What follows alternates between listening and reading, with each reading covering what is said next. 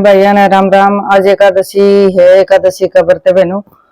और हम तो एकादशी का व्रत ऐसे ही करते हैं। ये पंडितानी का सिद्धा है और आटा, चीनी, गुड़ वो और निकाल के देना है। एक जोड़ी चप्पल ला रखी पंडितानी की, एक कोरा मटका ला रखा है, पानी का भर के रख के आना है मंदिर में। मंदिर में ही दे के आते हैं पंडित को। बोलिए 11 मैया की जय हो। आप लोग 11 का व्रत कैसे करते हो बताइयो, कमेंट करके जरूर बताइए 11 का व्रत कैसे करते हो। हम भी उस तरीके से करेंगे, शायद कोई चीज हमसे छूट गई हो। 11 मैया की जय हो, सत्य सनातन धर्म की जय हो। और मौसम बड़ा गर्मी का और क्या बहनों, ऐसी गलती मत करना, पानी पी लेना, कहीं हॉस्पिटल में पहुंच जाओ। ये मेरी एक अपने सनातन धर्म की किताब है, इसमें सारे व्रत तीर्थ सब अच्छे से अपने हिंदू धर्म के हिसाब से लिखे हैं। मैं तो इसी को रखती हूँ भाई। जेठ मास की शुक्ल पक्ष की एकादशी को निर्जला एकादशी कहते हैं। इस व्रत में पानी का पीना वर्जित है, इसलिए इसे निर्जला एकादशी कहते हैं, मतलब पानी नहीं पीना। वर्ष भर की 24 एकादशियों में से जेठ शुक्ल पक्ष एकादशी सर्वोत्तम मानी गई है। इसका व्रत करने से एकादशियों के व्रत का फल मिलता है। जेठ मास की शुक्ल पक्ष की एकादशी को निर्जला एकादशी कहते हैं। इस व्रत में पानी का पीना वर्जित है, इसलिए इसे निर्जला एकादशी कहते हैं। वर्ष भर की 24 एकादशियों, पूरे साल की 24 एकादशियों में से जेठ की शुक्ल पक्ष की एकादशी सर्वोत्तम मानी गई है। इसका व्रत रखने से सारी एकादशियों के व्रतों का फल मिलता है। कितनी अच्छी बात कही गई है कि पूरे साल की एकादशी एक साइड, निर्जला एकादशी एक साइड। अब इसकी विधि सुनो बहनों। यह व्रत नर एवं नारी दोनों को करना चाहिए। जलपान के निषिद्ध होने पर भी फलाहार के साथ दूध लिया जा सकता है। तो ये बात सही लिखी गई है कि पानी नहीं पियो तो फलाहार के साथ दूध ले लो, पर बीमार होके हॉस्पिटल में मत पहुंचो। जलपान के निषिद्ध होने पर भी फलाहार के साथ दूध लिया जा सकता है। इस दिन निर्जल व्रत करते हुए शेष साई रूप में भगवान विष्णु की आराधना का विशेष महत्व है। इस दिन ओम नमो भगवते वासुदेवाय का जाप करके गोदान, वस्त्र दान, छत्र, फल आदि का दान करना चाहिए। मैंने भी ये रखा है, एक जोड़ी पंडितानी की मैंने चप्पल ला रखी है, मटका है वो पानी का भर के थोड़ी देर में मंदिर में रखाऊंगी। एक बार महर्षि व्यास पांडवों के यहाँ पधारे। भीम ने महर्षि व्यास से कहा, भगवान युधिष्ठिर, अर्जुन, नकुल, सहदेव, माता कुंती और द्रौपदी सभी एकादशी का व्रत करते हैं और मुझसे भी व्रत रखने को कहते हैं।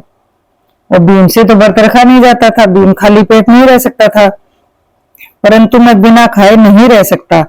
इसलिए 24 एकादशियों पर निराहार रहने का कष्ट साधना से बचकर मुझे कोई ऐसा व्रत बताइए जिसे करने से मुझे विशेष असुविधा न हो। वो एक ये निर्जला एकादशी ऐसी है कि साल की 24 करो और एक निर्जला करो, बराबर मानी गई है।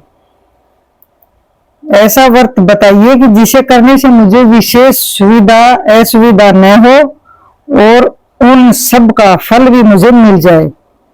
महर्षि व्यास जानते थे कि भीम के उदर में वर्क नामक अग्नि है।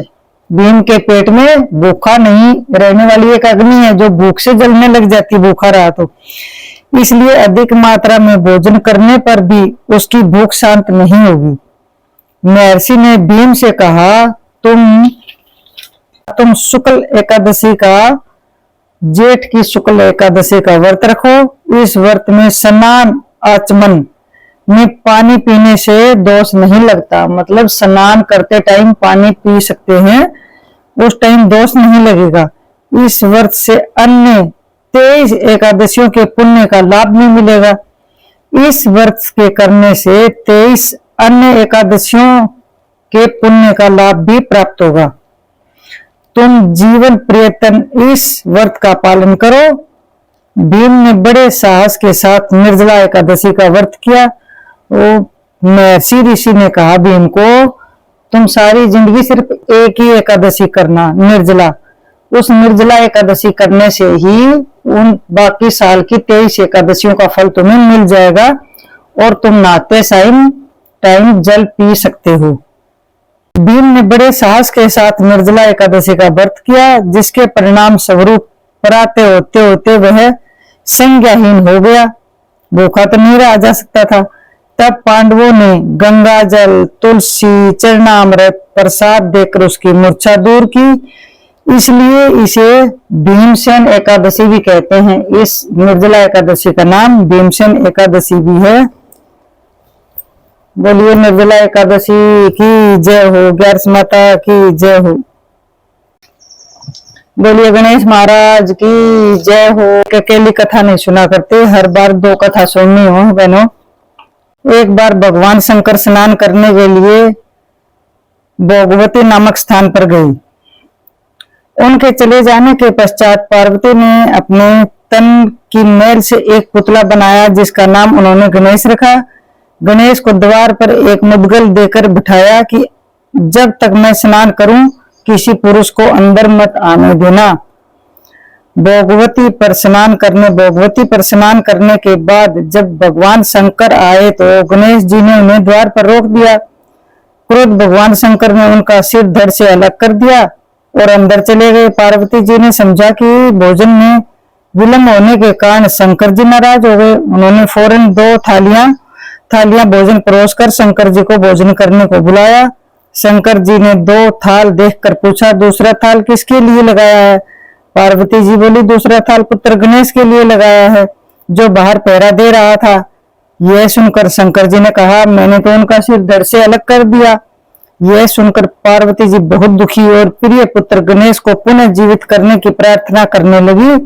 शंकर जी ने तुरंत के पैदा हुए हाथी के बच्चे का सिर काटकर बालक के धड़ से जोड़ दिया। तब पार्वती जी ने प्रसन्नता पूर्वक पति पुत्र को भोजन कराकर स्वयं भोजन किया। बोलिए गणेश महाराज की जय हो।